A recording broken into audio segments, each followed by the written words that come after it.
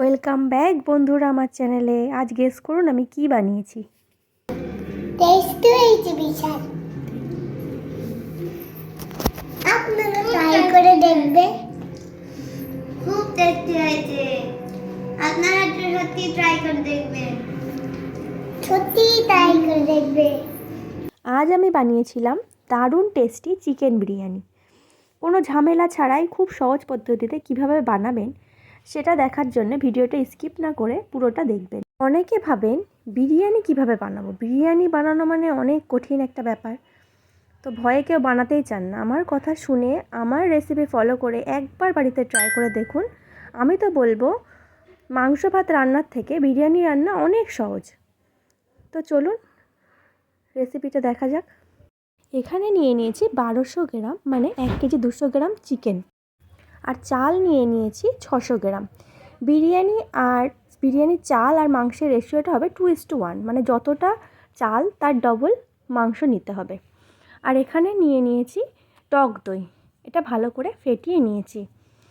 এখানে নিয়ে নিয়েছি আলুটা 2 টুকরো করে কেটেছি। এখানে বেরেস্তার জন্য পেঁয়াজ, আর 2টো মিডিয়াম সাইজে পেঁয়াজ, আর 3-4টে কাঁচা লঙ্কা দিয়ে পেস্ট বানিয়ে নিয়েছি এখানে। আর নিয়েছি আদা রসুনের পেস্ট। গুঁড়ো মশলার মধ্যে নিয়েছি নুন, এখানে নিয়েছি লঙ্কা গুঁড়ো, এর সঙ্গে কাশ্মীরি লঙ্কা গুঁড়োটাও দিয়েছি একটু কালারের জন্যে। এখানে নিয়েছি হোমমেড বিরিয়ানি মশলা। এই বিরিয়ানি মশলার রেসিপিটা যদি আপনাদের দরকার হয় অবশ্যই কমেন্টে জানাবেন। আর এখানে নিয়েছি গোটা গরম মশলা, তেজপাতা, দারচিনি, এলাচ, লবঙ্গ। এখানে ভাত মাংস দুটোর জন্যই এখানে রাখা আছে। আর এদিকে নিয়ে নিয়েছি রোজ ওয়াটার মানে গোলাপ জল, আর নিয়ে নিয়েছি কেওড়া জল। সঙ্গে আর লাগবে ঘি, আর দুধ, আর মিঠা আতরটা লাগবে কিন্তু ওটা আমি দেখাতে ভুলে গেছি। আর লাগবে তেল। আপনারা সাদা তেল ব্যবহার করবেন, সাদা তেলটাই বিরিয়ানিতে চলে, কিন্তু আমাদের যেহেতু বাড়িতে সাদা তেল আনে না, ওই জন্য আমি সর্ষের তেলটা ইউজ করেছি। তো এবার ম্যারিনেশনের পালা। সমস্ত গুঁড়ো মশলাগুলো মাংসের মধ্যে দিয়ে দিলাম। তারপর চলে যাবে এর মধ্যে এই যে পেঁয়াজ কাঁচা লঙ্কার যে পেস্টটা বানিয়ে রেখেছিলাম আমি, ওই পেস্টটা। তারপর দিয়ে দেবেন এর মধ্যে আদা রসুনের পেস্ট। তারপর এর মধ্যে চলে যাবে 1 টেবিল চামচ গোলাপ জল আর 1 টেবিল চামচ কেওড়া জল। তো অল্প করে দিতে হবে, কেননা আবার যখন আমি লেয়ার করব তখন আবার গোলাপ জল কেওড়া জলটা যাবে। তো তারপর এই মাংসটা মশলার সঙ্গে খুব ভালো করে মিশিয়ে নিতে হবে, যেন মশলাটা মাংসের ভিতর পর্যন্ত যায়, ফ্লেভারটা যেন ভিতর পর্যন্ত যায়। তারপর আমি এর মধ্যে দিয়ে দেব টক দই। আমি একসঙ্গে দিই না, কেননা আগে আমি মশলাটা ভালো করে মাখিয়ে নিয়েছি মাংসের সঙ্গে। দইটা আগে দিয়ে দিলে মশলাটা ভালো করে মাংসের মধ্যে ঢুকতো না।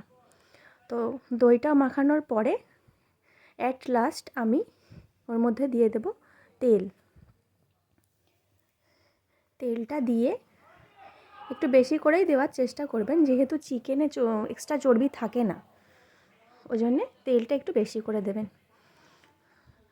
তো তেলটা দেওয়ার পরে ভালোভাবে মাখিয়ে এটাকে ঢাকা দিয়ে 1 ঘন্টা রাখতে হবে। অন্যদিকে আমি চালটাকে ভালো করে 3-4 বার ধুয়ে নিয়েছি।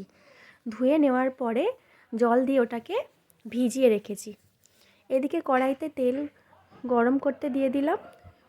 বেশ অনেকটা পরিমাণেই দেবেন, কেননা আলুটা ভাজতে হবে। তারপরে গরম তেলের মধ্যে দিয়ে দিলাম আলুটা যতক্ষণ না লাল লাল কালার আসবে ততক্ষণ পর্যন্ত ভাজতে হবে। এটাকে কিন্তু সুন্দরভাবে ফ্রাই করতে হবে। অনেকে কি করে আলুটাকে সিদ্ধ করে তারপরে ভেজে সেটাই বিরিয়ানিতে ইউজ করে, কিন্তু আমি সেটা করি না।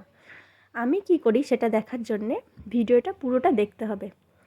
তো আমার রেসিপিটা যদি ভালো লাগে অবশ্যই চ্যানেলটাকে সাবস্ক্রাইব করবেন, আর আমার ভিডিওতে একটা লাইক করে যাবেন। কমেন্ট করে অবশ্যই জানাবেন কেমন হয়েছে, আর আপনারা বানিয়ে দেখবেন, আশা করি খুব ভালো লাগবে। তো আলুর লাল লাল কালার চলে এসছে, দেখুন কত কিউট কালার এসছে। তো আলুগুলো আমি এবার তুলে নিলাম। তুলে প্লেটে নিয়ে নিয়েছি। আর ওই সেম তেলের মধ্যেই আমি দিয়ে দেব পেঁয়াজ। এই পেঁয়াজটা আমি বেরেস্তা করার জন্য দেব। এই পেঁয়াজটা কিন্তু একদম পাতলা পাতলা করে কাটতে হবে। পাতলা করে না কাটলে বেরেস্তাটা কিন্তু সুন্দর হবে না।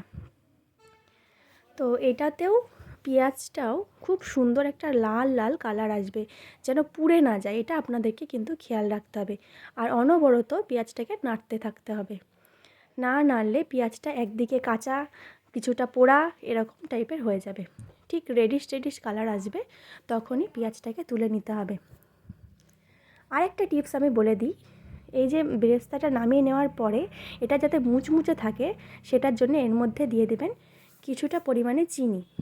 চিনিটা দিলে দেখবেন যতক্ষণ না মানে পর্যন্ত আপনি বিরিয়ানির লেয়ারটা করছেন, ততক্ষণ এই পেঁয়াজটা মুচমুচে থাকবে। কিন্তু আপনি চিনিটা না দিলে পেঁয়াজটা নেতিয়ে যাবে। তো এই তেলের মধ্যে এবার আমি দিয়ে দেব গোটা গরম মশলা, তেজপাতা, এলাচ, দারচিনি, লবঙ্গ, যে গোটা গরম মশলাগুলো আমি রেখেছিলাম, তার অর্ধেকটা আমি এই মাংসের মধ্যে ইউজ করব, আর অর্ধেকটা আমি ভাতে ইউজ করব। তো গরম মশলাগুলো দেওয়ার পরে মাংসটা কিছুটা কিছুটা করে তেলের মধ্যে ছেড়ে দিতে হবে। আপনারা কিন্তু পুরো মাংসটা একসঙ্গে দিতে যাবেন না, তাহলে বিপদ ঘটে যেতে পারে, তেলটা ছিটিয়ে আসতে পারে। তো অল্প অল্প করে মাংস দিয়ে দেবেন। আমার মাংসটা দেওয়া হয়ে গেছে। তারপর ওই তেলের মধ্যেই সুন্দর করে ফ্রাই করতে হবে মাংসটাকে। সুন্দরভাবে ফ্রাই না করে আপনি যদি ঢাকা চাপা দিয়ে দিন কিংবা জল দিয়ে দেন, তাহলে কিন্তু মাংসটা একদম নেতিয়ে যাবে, ছাড়িয়ে যাবে, যেহেতু এটা চিকেন। ওই জন্য সুন্দর করে এটাকে ফ্রাই করতে হবে। আর এই মাংসের মধ্যে কিন্তু এক্সট্রা জল একদম ব্যবহার করবেন না। শুধু আপনার মশলা ম্যারিনেট করার যে মশলাটা বেঁচে আছে, ওই পাত্রে সামান্য একটু জল দিয়ে মশলা ধোয়া জলটাই এর মধ্যে ইউজ করবেন। তাছাড়া আর এক্সট্রা জল ইউজ করবেন না। ভাজার পরে যখন আপনি ঢাকা দেবেন, তখন দেখবেন অলরেডি ওর থেকে জল ছাড়তে আরম্ভ করেছে। ওই জলেই রান্নাটা হয়ে যাবে। তো আমি দিয়ে দিলাম মশলা ধোয়ার ওই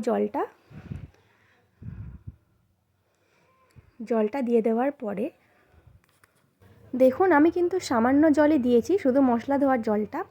তারপরেও এর থেকে জল বেরাতে আরম্ভ করেছে। অনেক পরিমাণে জল বেরাবে, যে জলে আপনার রান্নাটা হয়ে যাবে। ওই জন্য আর এক্সট্রা জল দেওয়ার কোনো দরকার নেই, তাহলে টেস্টটা অন্যরকম হয়ে যাবে। তারপর এটাকে ঢাকা দিয়ে গ্যাসের ফ্লেমটা আস্তে করে রেখে দিন। এদিকে আমি ভাতের জন্যে জল নিয়ে নিলাম। বেশ অনেকটা পরিমাণেই জল নেবেন। জলের মধ্যে অনেক পরিমাণে, মানে যতটা জল, মানে জলটা নোনতা হয়, এতটা পরিমাণ লবণ ইউজ করবেন। তারপর ওই জলের মধ্যে দিয়ে দিলাম তেল। তেলটা দিলে কি হয়, ভাতটা গায়ে লেগে যায় না। তারপর গোটা গরম মশলাগুলো এর মধ্যে একে একে দিয়ে দিলাম। তেজপাতা, দারচিনি, লবঙ্গ, এলাচ, যেগুলো আমি ইউজ করেছি মাংস রান্নার জন্য, সেম মশলাই আমি ভাতের মধ্যে দিয়ে দেব। এদিকে কিন্তু মাংসের ঢাকনাটা খুলে মাঝে মধ্যেই নাড়িয়ে দিতে হবে।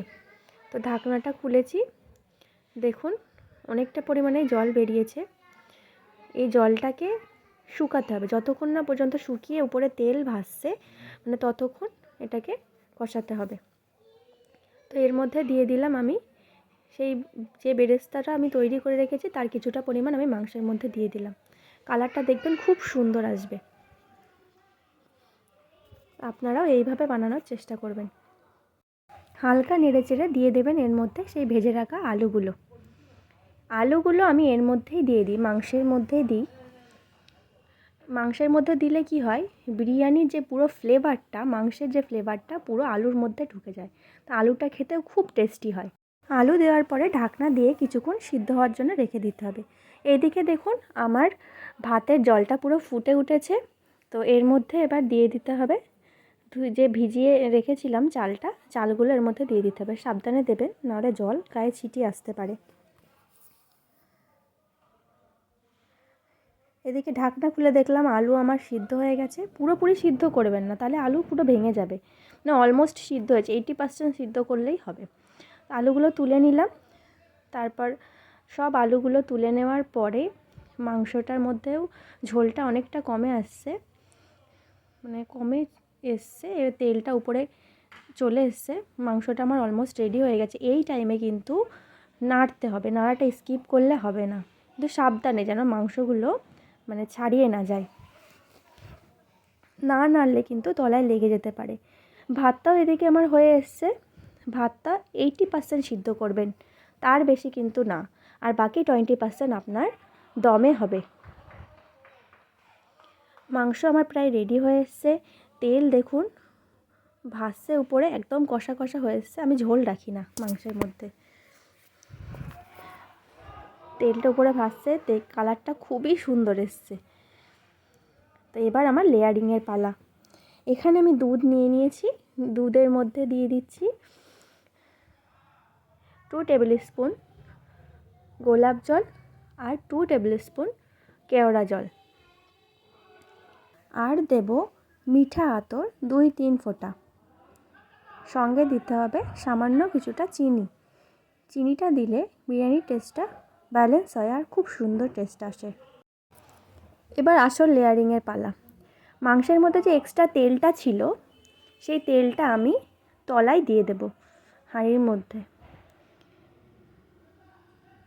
তেলটা পুরো হাঁড়িতে ছড়িয়ে নেব। ছড়িয়ে নিলে সব থেকে নিচে তেলটা দিলে কি হয়, ভাতটা আর নিচে লেগে যাবে না। তো তারপর দিয়ে দেব এর মধ্যে ভাত।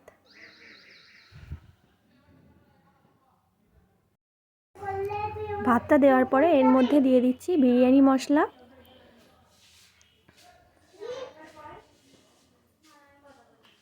পর এর মধ্যে চলে যাবে পেঁয়াজের বেরেস্তা।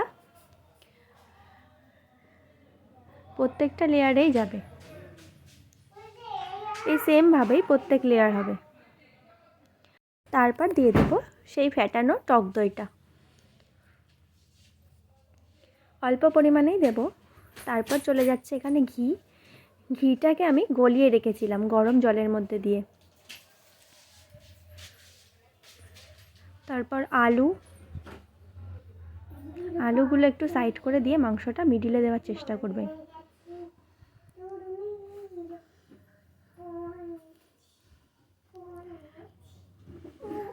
তারপর যে কেওড়া জল, মিঠা আতর, গোলাপ জল দিয়ে যে দুধটা আমি তৈরি করে রেখেছিলাম, ওই দুধটা দিয়ে দিলাম।